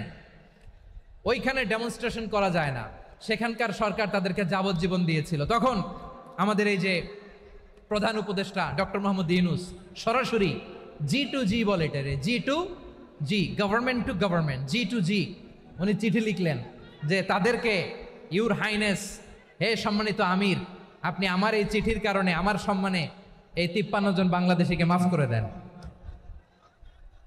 এই চিঠির বদৌলতে বেকসুর খালাস পেয়ে গিয়েছিল আমাদের ভাইরা, জানেন না এই ঘটনা আপনারা? তাহলে গভর্নমেন্ট টু গভর্নমেন্ট চিঠি দেওয়া হয়। সপ্তম হিজরিতে বিষ্ণু ইসলাম সব সুপার পাওয়ারের কাছে চিঠি দিলেন, রোমান সম্রাটের কাছে, পারস্য অধিপতির কাছে, মিশরের অধিপতির কাছে, সবার কাছে চিঠি লিখলেন। চিঠির ভাষা ছিল এরকম, মিন মুহাম্মাদিন রাসূলিল্লাহ ইলা মুকাওকিস আযীমিল কিবত, মুহাম্মদ রাসূলুল্লাহর পক্ষ থেকে মিশরের বাদশার কাছে, আসলিম তাসলাম, ইসলাম মানো শান্তিতে থাকবা, সালামুন আলা মান ইত্তাবা আল হুদা, শান্তি তার জন্য যে হেদায়েতের অনুসরণ করে। সুবহানাল্লাহ পড়েন। তো এই চিঠি অনেকে ভালোভাবে রিসিভ করেছে, অনেকে এই চিঠি পাওয়ার পরে নবীর কাছে আবার ইন রিটার্ন উপহার পাঠিয়েছে। কি পাঠিয়েছে? উপহার। মিশরের বাদশাহ মুকাওকিস তিনি বিশ্বনবীকে বিশাল এক উপহারের ডালি পাঠিয়েছেন। মিশরের বাদশাহ মুকাওকিস ছিলেন ধর্মে খ্রিস্টান। লালমনিরহাটের ভাইয়েরা আওয়াজ করে বলেন, মিশরের বাদশাহ ধর্মে কি ছিল? খ্রিস্টান। কি উপহার দিয়েছিল আমার নবীকে? শুনতে মনে চায়? আওয়াজ নাই লালমনিরহাটের গলায়, শুনতে মনে চায়? 1000 স্বর্ণ মুদ্রা, 1000 স্বর্ণ মুদ্রা। 2টা খ্রিস্টান দাসী, একজনের নাম মারিয়া বিনতে শামউন আল কিবতিয়া, আরেকজনের নাম সিরিন বিনতে শামউন আল কিবতিয়া। একজন খ্রিস্টান দাস 20 থান কাপড় জামা বানানোর জন্য, আমরা নবী যেন সেলাই করে জামা বানাতে পারে এজন্য 20 থান কাপড়, 20 থান ফাইন গার্মেন্ট। সুবহানাল্লাহ পড়বেন না? এরপরে একটা গাধা যেটার নাম ছিল উফাইর, আর একটা খচ্চর, এটার নাম ছিল দুলদুল। খচ্চর চিনেন? গাধা আর ঘোড়ার ক্রসিং এ যে প্রাণীটা দুনিয়াতে আসে ওটার খচ্চর বলে। তো এই যে সুপার পাওয়ার খ্রিস্টান বাদশার কাছে নবী চিঠি লিখলেন, ওই খ্রিস্টান বাদশাহ আমার নবীকে উপহার দিল। বিশ্বনবী এই উপহারগুলো সানন্দে গ্রহণ করেছে। সুবহানাল্লাহ পড়বেন না? তাহলে অমুসলিম কেউ যদি আপনাকে উপহার দেয়, হালাল উপহার হলে আপনি গ্রহণ করতে পারবেন। অনুরূপভাবে পারস্যের বাদশাহ, রোম সম্রাট বিশ্বনবীকে উপহার পাঠিয়েছেন। আমার নবী সবগুলো উপহার গিফট গ্রহণ করেছেন। সুবহানাল্লাহ বলেন। তাহলে প্রিয় লালমনিরহাট আওয়াজ করে বলুন, ইসলাম কি ন্যারো মাইন্ডেড রিলিজিয়ন না ব্রড মাইন্ডেড? আম্মাজান আয়েশার কাছে মাসালা জানতে চায় মেয়েরা, হে আম্মাজান, অগ্নি উপাসকেরা তাদের ঈদের দিন নওরোজের সময় আমাদেরকে পাখি দেয়, নেওয়া যাবে?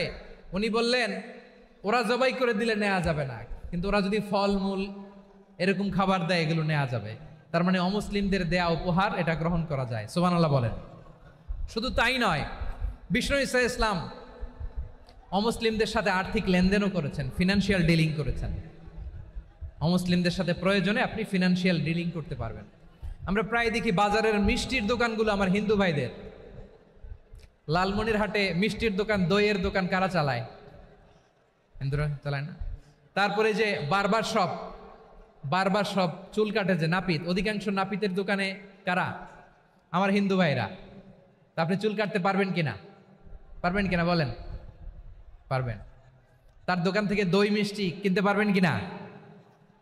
হ্যাঁ, আমার মুসলিম ভাইয়ের দোকান থাকলে ওইটারে আমি বেশি প্রায়োরিটি দিব, ঠিক কিনা?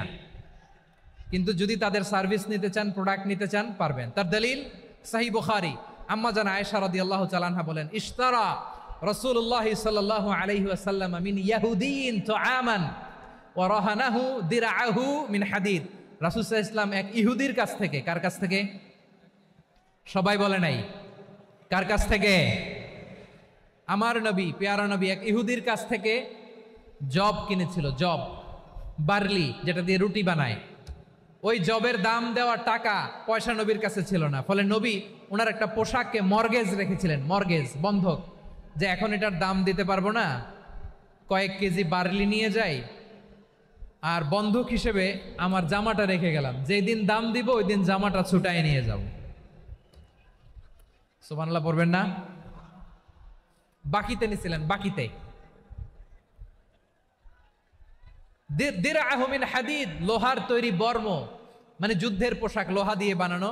বিশ্বনবী বললেন, কয়েক কেজি জব দাও, টাকাটা পরে দিব, এখন টাকা নাই, বন্ধক হিসেবে, মর্গেজ হিসেবে আমার জামা রেখে গেলাম, যখন টাকা দিব জামা ছুটায় নিব। আওয়াজ করে বলতে হবে সুবহানাল্লাহ। এ থেকে বোঝা গেল অমুসলিমদের সাথে ফিনান্সিয়াল ডিলিং করা যায়, অর্থনৈতিক লেনদেন করা যায়, কেনাবেচা করা যায়, প্রোডাক্ট কেনা যায়। এমনকি আমাদের মসজিদে নববীতে বারান্দায় আপনারা একটা অটোমেটিক ফ্লাইং আমব্রেলা দেখছেন? সূর্য যখন বাড়ে মসজিদে নববীর বারান্দায় ইয়ার্ডের মধ্যে অটোমেটিক্যালি কিছু আমব্রেলা আছে, সাঁ করে খুলে যায়, আর সূর্যের তাপ লাগে না। আবার সন্ধ্যাবেলায় এই আমব্রেলাগুলো ওরা ক্লোজ করে ফেলে, দেখেন নাই না? দেখছেন? এই মসজিদে নববীকে সর্বোচ্চ উন্নত মানের কনস্ট্রাকশন ইনফ্রাস্ট্রাকচারে ডেভেলপ করার জন্য কর্তৃপক্ষ কিছু অমুসলিম ইঞ্জিনিয়ারের, ডিজাইনারের সহায়তা নিয়েছিল। সুবহানাল্লাহ বলেন। কোন দলিলের ভিত্তিতে? এই দলিলের ভিত্তিতে যে বিষ্ণু ঈসা ইসলাম অমুসলিমদের সাথেও লেনদেন করেছেন। আওয়াজ করে বলতে হবে আল্লাহু আকবার। শুধু তাই নয়, ইন কেস অফ ইমার্জেন্সি, প্রয়োজনে ইসলামের খাতিরে ইসলামকে সামনের দিকে এগিয়ে নিয়ে যাওয়ার জন্য অমুসলিমদের সাপোর্ট নেওয়া জায়েজ আছে। সুবহানাল্লাহ বলেন। অমুসলিমদের সাপোর্ট নেয়া, তাদের থেকে অর্থ নেয়া, পলিটিক্যাল সাপোর্ট, পলিটিক্যাল অ্যাসাইলাম নেওয়া জায়েজ আছে। আমাদের অনেক বিশ্ববরেণ্য দায়ীরা আমেরিকায় অস্থায়ীভাবে অ্যাসাইলাম নিয়ে থাকে, নিজের দেশে গেলে ফাঁসিতে ঝুলাই দিবে। যুগ যুগ ধরে দায়ীদের উপরে এরকম অত্যাচার আর নির্যাতন আছে না নাই? মিশরের অনেক দায়ীরা পাশ্চাত্যে যেয়ে থাকে। এই যে তারা পলিটিক্যাল অ্যাসাইলাম নিয়ে থাকে, রাজনৈতিক আশ্রয়, এটা জায়েজ আছে না? এটা যে জায়েজ আছে তার প্রমাণ স্বয়ং বিশ্বনবী সাল্লাল্লাহু আলাইহি ওয়াসাল্লাম পলিটিক্যাল সাপোর্ট নিয়েছিলেন অমুসলিমদের কাছ থেকে। সুবহানাল্লাহ বলেন। খুব মজাদার একটা ঘটনা শুনবেন। আপনাদের আগ্রহ দেখে তো মনে হয় না শোনার ইচ্ছা আছে। আছে আছে, গলায় জোর আছে। লিল্লাহি তাকবীর, লিল্লাহি তাকবীর, নারে তাকবীর। মাশাআল্লাহ।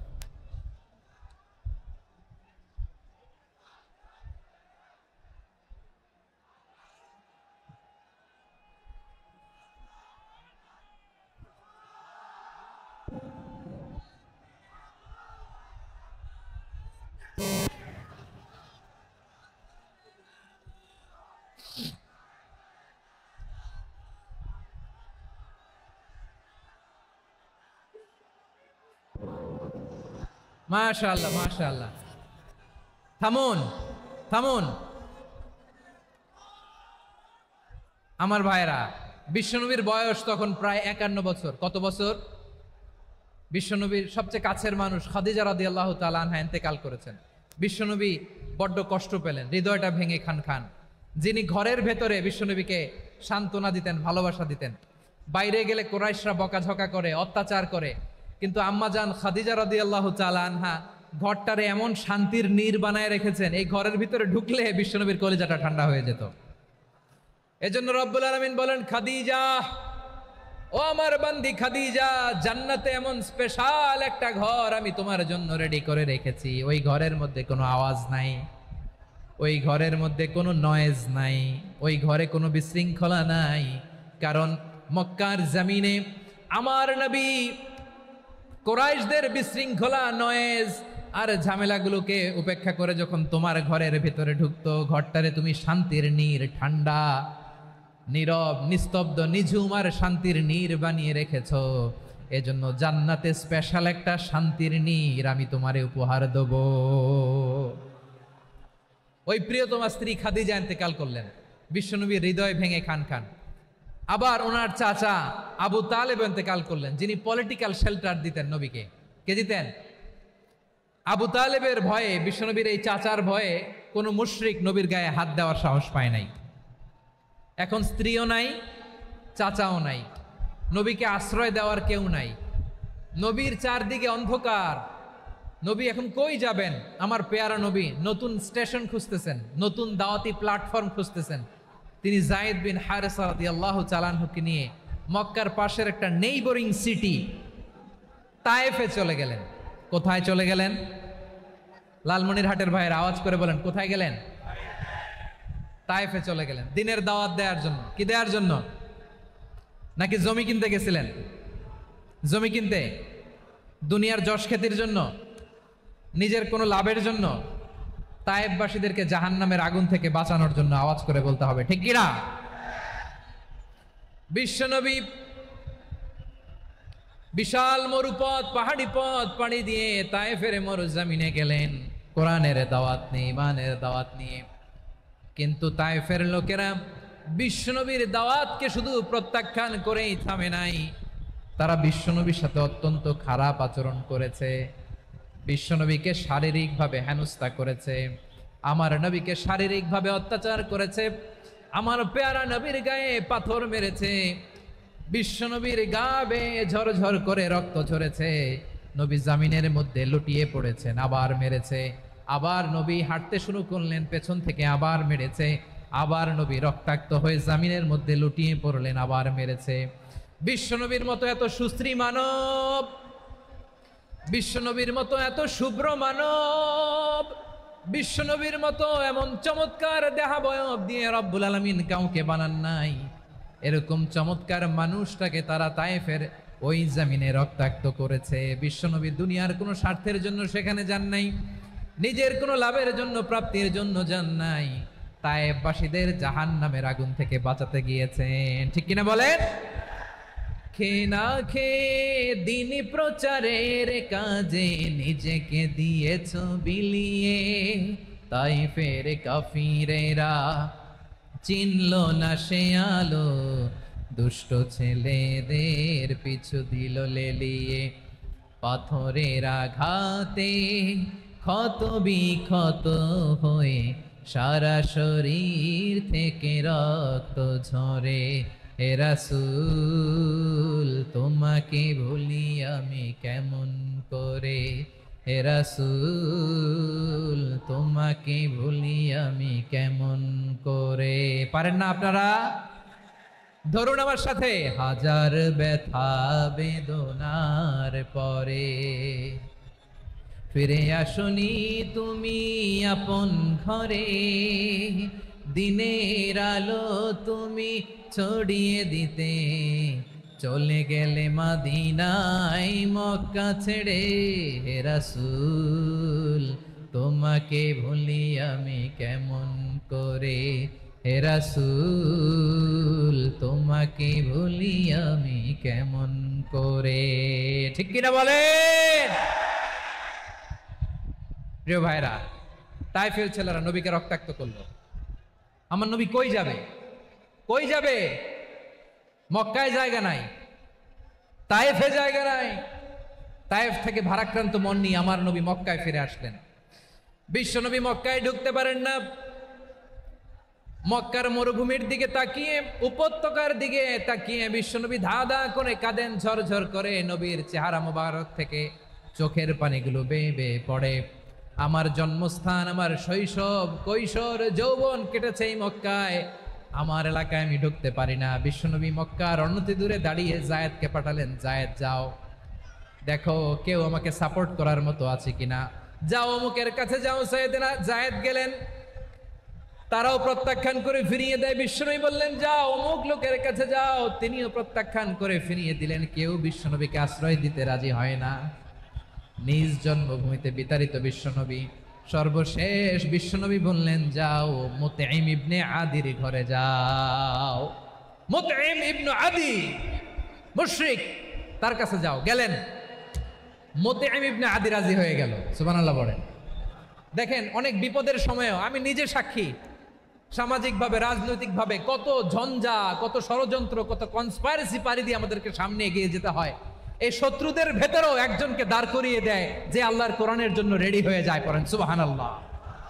মুতঈম ইবনে আদি, আল্লাহ তার মনকে নরম করে দিলেন। মুতঈম বলে, মুহাম্মদ আমি তোমাকে আশ্রয় দিব। তার দুই ছেলেকে পাঠালেন, যাও খোলা তলোয়ার নিয়ে, স্কট দিয়ে, গার্ড অফ অনার দিয়ে মুহাম্মদকে মক্কায় ঢুকাও, আর বলো আমি আমান দেব। আমান কি দিব? আমান মানে সিকিউরিটি, নিরাপত্তা। সিকিউরিটি ছাড়া, আমান দেওয়া ছাড়া কেউ থাকতে পারতো না মক্কায়। দুই ছেলে বিষ্ণু ইসা ইসলামকে নিয়ে আসলো। নবী কাবার চারদিকে তাওয়াফ করলেন, নামাজ পড়লেন। আবু জাহেল, উতবা, শাইবা, ওয়ালিদ ইবনে মুগীরা সবাই দেখে, কেউ কিছু করতে পারে না। কারণ মুতঈম ইবনে আদি ঘোষণা দিয়েছেন, আমি মুহাম্মদকে আমান দিয়েছি, মুহাম্মদের গায়ে যেন কেউ স্পর্শ না করে। আওয়াজ করে পড়েন সুবহানাল্লাহ। নবীর এই বিপদকালে মুহূর্তে মুতঈমের হৃদয়টারে নরম করে দিল কে? আচ্ছা, লালমনিরহাটের ভাইয়েরা বলেন, এই মুতঈম কি মুসলিম ছিল না মুশরিক? সবাই বলতে হবে মুসলিম না মুশরিক। তাহলে মুশরিকের কাছ থেকে নবী পলিটিক্যাল অ্যাসাইলাম, আধুনিক রাষ্ট্রবিজ্ঞানের ভাষায় পলিটিক্যাল অ্যাসাইলাম, যেটাকে বলে রাজনৈতিক আশ্রয়, ওনার আমান বা নিরাপত্তার এই ঘোষণায় তিনি মক্কায় ঢুকলেন। যতদিন নিরাপত্তা ছিলেন। মুতঈম যখন মারা গেল, বিষ্ণু ইসলাম হিজরত করে মদিনায় চলে গেলেন। সুবহানাল্লাহ। কিন্তু মুতঈম যে বিশ্বনবীর উপকার করছে এটা বিশ্বনবী ভুলে নাই। আমাদের অনেকে আছে উপকার করার পরে আর খেয়াল থাকে না, খাওয়ার পরে গলা দিয়ে নামলে আর খেয়াল থাকে না, এরকম আছে না নাই? আমার নবী ভুলে নাই। বদরের প্রান্তরে 70 জন কাফেরকে যখন বন্দী করে বিশ্বনবীর সামনে হাঁটু গেড়ে দাঁড় করানো হলো, বসানো হলো, 70 জন কাফের। কয়জন? বিশ্বনবী তাদের দিকে তাকিয়ে বললেন, সহিহ বুখারীর বর্ণনা, লাউ কানাল মুতঈম ইবনু আদি হাইয়ান সুম্মা কাল্লামানি হাউলাইন নাতনা লা তারাকতুহুম লাহু। বদরের প্রান্তরে 70 জন বন্দী কাফিরের দিকে তাকিয়ে আমার নবী বললেন, আজকে মুতঈম ইবনে আদি যদি বেঁচে থাকতো আর তোমাদের 70 জনের ব্যাপারে যদি মুতঈম এক বাক্যে একটা সুপারিশ করত, তার সম্মানে আজকে তোদের সবাইকে আমি মাফ করে দিতাম। সুবহানাল্লাহ। নাই ওই যে চিল্লাচিল্লি যে কথা বোঝে নাই, কোন জিনিস মিস করছে ওরা নিজেরাও বোঝে নাই। বিশ্বনবী মুতঈমের এই সাহায্যের কথা বলে নাই। 70 জন মুশরিক হাঁটু গেড়ে বসা, নবী চাইলে এখনই এক্সিকিউশন অর্ডার দিতে পারে। তিনি বললেন, আজকে যদি মুতঈম বেঁচে থাকতো আর মুতঈম যদি তোদের জন্য সুপারিশ করতে, এই আবর্জনাগুলোর ব্যাপারে সুপারিশ করতে, আমি মুহূর্তেই তোদেরকে এমনি মাফ করে দিতাম। এবার বলেন, ইসলাম কি ন্যারো মাইন্ডেড না ব্রড মাইন্ডেড? শুধু তাই নয়, যাকে যে সম্মান দেয়ার আমার নবী দিতেন, হোক আস্তিক হোক নাস্তিক, হোক মুসলিম হোক অমুসলিম। বিষ্ণু ইসলাম যখন রোমান সম্রাটের কাছে চিঠি লিখেছেন, আমার প্রিয় লালমনিরহাটের ভাইরা, অল্প কয়েক মিনিট কয়েকটা জরুরি কথা বলবো, এদিকে তাকান, এদিকে তাকান। রোমান সম্রাটের কাছে বিশ্বনবী যখন চিঠি লিখলেন মিন মুহাম্মদ রাসূলিল্লাহ ইলা হিরাকলা আযীমির রোম। মুহাম্মদের পক্ষ থেকে হিরাক্লিয়াসের কাছে, যিনি হচ্ছেন আযীমির রোম। এটা নবী নিজ থেকে বানায় লিখছেন অতিরিক্ত সম্মান দিয়ে। কোন রাষ্ট্রপ্রধান যখন আসে তাদেরকে আমরা কি বলি জানেন? তার নামের শেষে HE এটা লিখতে হয়, H.E. মানে হিজ এক্সেলেন্সি। কি লেখে? হিজ এক্সেলেন্টি, অথবা ইউর হাইনেস, ইউর ম্যাজেস্টি। দেখেন, বিশ্বনবী সাল্লাল্লাহু আলাইহি ওয়াসাল্লাম সব নবীদেরও নবী। তিনি একজন মুশরিক খ্রিস্টান সম্রাট, রোমান সম্রাটের কাছে চিঠি লিখতে যেয়ে লিখতেছে, ইলা হিরাকলা আযীমির রোম, হিরাক্লিয়াসের কাছে আমার চিঠি, যিনি রোমের আযীম, হিজ হাইনেস, মানে রোমের অনেক সম্মানিত এক বাহাদুর। আওয়াজ করে বলেন সুবহানাল্লাহ। তার মানে যাকে যে সম্মান দেয়ার এটা বিশ্বনবী দিতেন। এমনকি যেই ইহুদিরা ভালো ছিল, এই ইহুদিদেরও প্রশংসা করেছেন বিশ্বনবী মুহাম্মদুর রাসূলুল্লাহ সাল্লাল্লাহু আলাইহি ওয়াসাল্লাম। এক ইহুদির প্রশংসা করেছেন বিশ্বনবী। ইহুদির কার? আমি তো আমার ভাইয়ের প্রশংসা করি না, আমি তো এক আলেম আরেক আলেমরে স্পেস দেই না, আমি তো এক দায়ী আরেক দায়ীর সাথে বসতে চাই না। আমার নবী ইহুদির প্রশংসা করে। কার প্রশংসা? ওই ইহুদির নাম ছিল মুখাইরিক। সিরাত গ্রন্থ ঘাটলে পাবেন। তিনি বলেছেন, মুখাইরিক খাইরু ইয়াহুদ, Mukhairiq is the best of the Jews. জুইশদের মধ্যে সে সবচেয়ে ভালো। কেন প্রশংসা করলেন তার? এর কারণ মদিনা চার্টারে কথা ছিল সব ধর্মের মুসলিম, মুশরিক, ইহুদিরা মিলে মদিনাকে রক্ষা করবে। কিন্তু 3য় হিজরিতে যখন উহুদের যুদ্ধ শুরু হলো, সবার কথা ছিল যেই আক্রমণ করে আমরা মদিনাকে বাঁচাবো। কোন শহরকে বাঁচাবো? মদিনাকে। কিন্তু কুরাইশরা যখন অ্যাটাক করলো, ইহুদিরা আর আসে না, ইহুদিরা আর বেরোয় না। বিষ্ণু বললেন, ওহে ইহুদিরা, তোমরা না চুক্তি করলে আমার সাথে যে মদিনা বাঁচাতে সবাই ঝাঁপিয়ে পড়বো, আসো। একটা ইহুদিও বেরোয় না, কেউ আসে নাই সেদিন, একজন ছাড়া। তার নাম মুখাইরেক। তার নাম কি? মুখাইরেক বাহাদুরের মতো ঘোড়সাওয়ার হয়ে বেরিয়ে গেলেন এবং বললেন, গোটা ইহুদি সাম্রাজ্যের একজনও যদি না আসে, আমি মুখাইরেককে কেউ ঘরে আটকে রাখতে পারবে না। বেরিয়ে আসলেন, এসে বললেন, আমি মুহাম্মদের পক্ষে যুদ্ধ করব। আমি মারা গেলে আমার সম্পদ আমার উত্তরাধিকারীরা পাবে না, আমার সম্পদ তোমরা মুহাম্মদকে দিয়ে দিবা। সুবহানাল্লাহ বলেন। উহুদের ময়দানে 70 জন মুসলমান শহীদ হলো। এই ইহুদি সেও মুসলমানের পক্ষে যুদ্ধ করে নিহত হলো। সুবহানাল্লাহ বলেন। মুসলিমদের লাশ যখন নিয়ে আসা হলো, এই মুখাইরিকের লাশও নিয়ে আসা হলো। মুসলিমদের লাশের পাশে মুখাইরিকের লাশ দেখে বিশ্বনবী মুখাইরিকের প্রতি অনেক খুশি হলেন।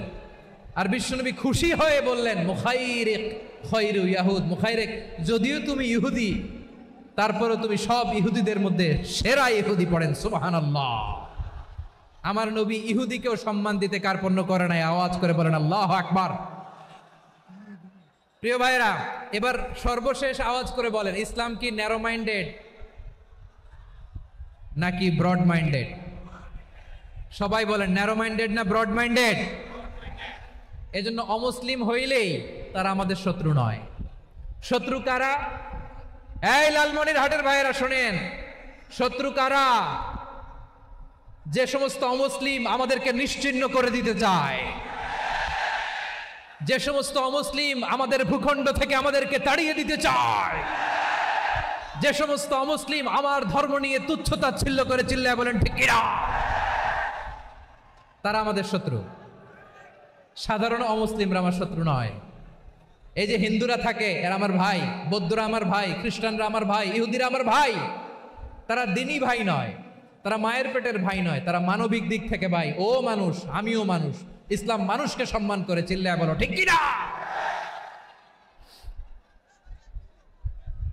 যারা আমাদের অস্তিত্বকে নিশ্চিহ্ন করতে চায়, যারা আমাদের ভূখণ্ডকে দখল করতে চায়, যারা আমাদেরকে নিয়ে মকারি করে, ফান করে, টিটকারি করে, আমার ধর্ম নিয়ে খেলা করে, তাচ্ছিল্য করে, ওদের বিরুদ্ধে আমাদের জিহাদ। সাধারণ মুসলিম আমাদের শত্রু নয়। আপনি জানেন নিউ ইয়র্কে, আমি তো নিউ ইয়র্কে ছিলাম অনেকদিন, ওখানে ফিলিস্তিনিদের পক্ষে যখন আমরা মিছিল করেছি, অনেক ইহুদি আমাদের সাথে মিছিলে দাঁড়িয়েছে। কারণ ওরাও জানে এই ভূখণ্ড ফিলিস্তিনিদের ভূখণ্ড। আওয়াজ করে বলো লালমনিরহাট ঠিক কিনা। ইসরায়েলের রাজধানী খোদ তেল আবিবে অনেক ইহুদিরা বেঞ্জামিন নেতানিয়াহু তার বিরুদ্ধে মিছিল করেছে। তো তারা কি আমাদের শত্রু? না। অনেক খ্রিস্টান আমাদের সাথে আমাদের স্বার্থ রক্ষায় আমাদের পাশে দাঁড়িয়েছে। খেয়াল রাখবেন, হিন্দু আর হিন্দুত্ববাদ এক নয়, ইহুদি ধর্ম আর জায়নিজম এক নয়। জায়নিজমের বিরুদ্ধে আমাদের সংগ্রাম, আমাদের জেহাদ, চিল্লায় বলেন ঠিক কিনা। এই যে ফিলিস্তিনের ভাইয়েরা, তারা তাদের স্বাধীনতা সংগ্রামের জন্য লড়াই করছে, করে যাচ্ছে, আমরা এটাকে সমর্থন জানাই, চিল্লায় বলো ঠিক কিনা।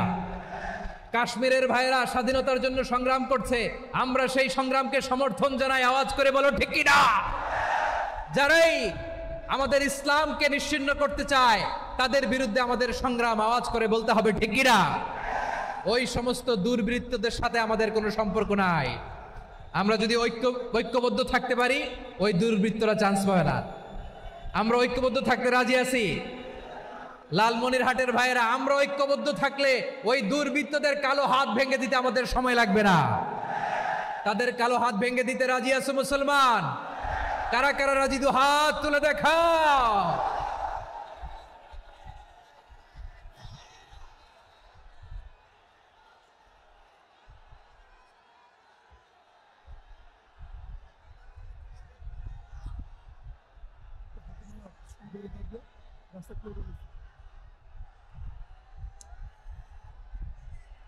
আমার প্রাণ প্রিয় লালমনিরহাটের ভাইয়েরা, শত্রু কাফের আর অশত্রু কাফেরের মধ্যে পার্থক্য আছে না নাই?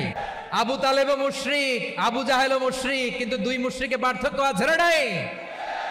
আবু তালেব নবীর চাচা, মুশরিক, মারা গিয়েছে মুশরিক অবস্থায়, কিন্তু আজীবন আমার নবীকে আগলে রেখেছে, আমার নবীকে সাপোর্ট করেছে, ভালোবেসেছে।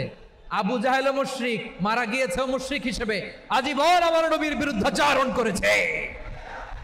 আবু জাহেলের শক্তি, সামর্থ্য, স্ট্র্যাটেজি, প্ল্যান সব আমার নবীর বিরুদ্ধে ছিল। আবু জাহেলের কারণে একটা দিন শান্তিতে আমার নবী মক্কায় ঘুমাতে পারে নাই, চিল্লায় বলেন ঠিক কিনা।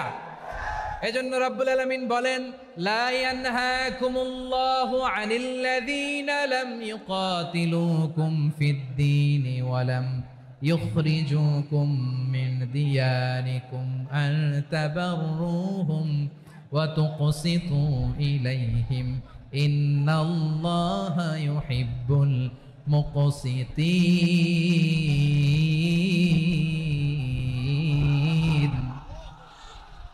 আল্লাহ বলে, গোলামেরা শোনো শোনো, যে সমস্ত অমুসলিম তোমাদের সাথে ধর্মযুদ্ধে লিপ্ত হয় না, তোমাদের বিরুদ্ধে যে সমস্ত অমুসলিম অস্ত্র ধরে না, যে সমস্ত অমুসলিম তোমাদেরকে তোমাদের জন্মস্থান থেকে ভূখণ্ড থেকে তাড়িয়ে দেয় না, তাদের সাথে ভালো আচরণ করতে আমি আল্লাহ নিষেধ করি নাই। তাদের সাথে সদাচরণে কোনো নিষেধাজ্ঞা নাই, বরং তাদের সাথে সদাচরণ করো, এটাই আমি আল্লাহ চাই। তাহলে আমার যে অমুসলিমরা আমাদের সাথে শত্রুতা করে না, তুচ্ছতাচ্ছিল্য করে না, আমাদের ভূমি থেকে আমাদেরকে উচ্ছেদ করতে চায় না, আমাদের বিরুদ্ধে অস্ত্র ধরে না, ওই অমুসলিম ভাইদের সাথে আমাদের কোনো দ্বন্দ্ব আছে? কোনো বিরোধ আছে? বরং আছে ভালোবাসা। বরং আছে কি? এই ভালোবাসা দিয়েই আমরা বিশ্ব জয় করব। রাজি আছো মুসলমান? আমাদের পুঁজি ভালোবাসা। আমাদের পুঁজি কি? এবার আওয়াজ করে বলেন আমার এই পুরো আলোচনা থেকে, the religious coexistence, peaceful coexistence, শান্তিপূর্ণ সহাবস্থান, কমিউনাল হারমোনি, এই সাম্প্রদায়িক সম্প্রীতি, এই আলোচনা থেকে কি বুঝলেন? ইসলাম কি ন্যারো মাইন্ডেড না ব্রড মাইন্ডেড?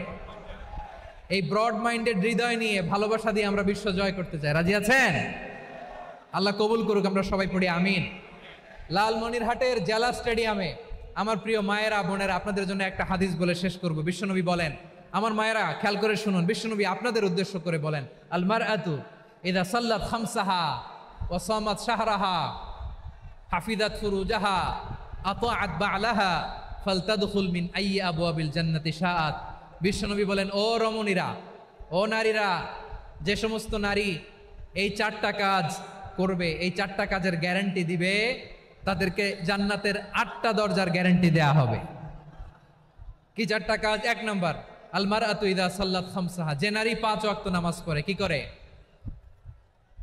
জেলা স্টেডিয়ামে অবস্থানরত আমার নারীরা, বোনেরা, বিশ্বনবী আপনাদেরকে 4টা কাজের কথা বলেছেন, খুব বেশি না। 4টা করলে 8 জান্নাতের দরজা সব খোলা। কোনটা দিয়ে যাবেন? যেটা দিয়ে মনে চায়। 1 নাম্বার 5 ওয়াক্ত নামাজ। আমার বোনেরা জোহরের নামাজ পড়তে পড়তে এটা আসরে নিয়ে যায়, আসর পড়তে পড়তে এটা মাগরিবে নিয়ে যায়। এরকম আসরে নাই? লালমনিরহাটে হয়তো নাই। আমার বোনেরা এটা করবেন না।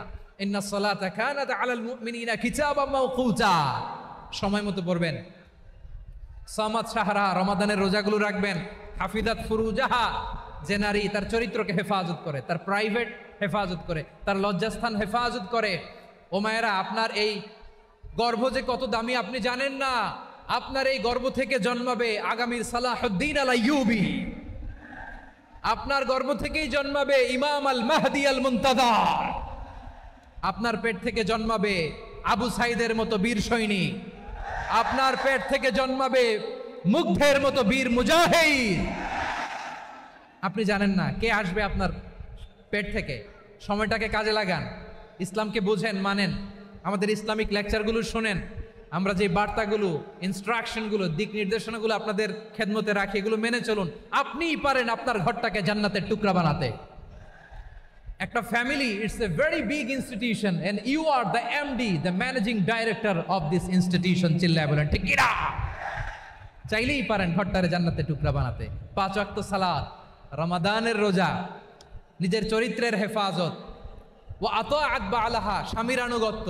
এটাতে অনেকে ভুল করে থাকে। হায় রে আমার বোনেরা, স্বামীর আনুগত্যকে এটা নিজের অপমান মনে করবেন না। আপনার স্বামী আপনার সবচেয়ে বড় গার্ডিয়ান, তিনি আপনার সবচেয়ে ভালো চায়। নারী কখনো গার্ডিয়ানশিপের বাইরে থাকতে পারে না। হয় আপনি বাবার গার্ডিয়ানশিপের ভেতরে, বাপ না থাকলে ভাই আপনার গার্ডিয়ান, ভাই না থাকলে চাচা গার্ডিয়ান, বিয়ের পরে আপনার স্বামী আপনার গার্ডিয়ান। শরিয়া সম্মত স্বামীর আদেশগুলো আপনি মেনে চলবেন, কিন্তু শরিয়া বিরুদ্ধ কোনো আদেশ মানতে আপনি বাধ্য নয়। আওয়াজ করে বলুন সবাই ঠিক কিনা? এই 4টা কাজ যদি কোনো নারী করে, বিশ্বনবী বলেন জান্নাতের 8টা দরজা খোলা। তোমার যেটা দিয়ে মনে চায় সেটা দিয়ে জান্নাতে তুমি এন্ট্রি নিতে পারবা।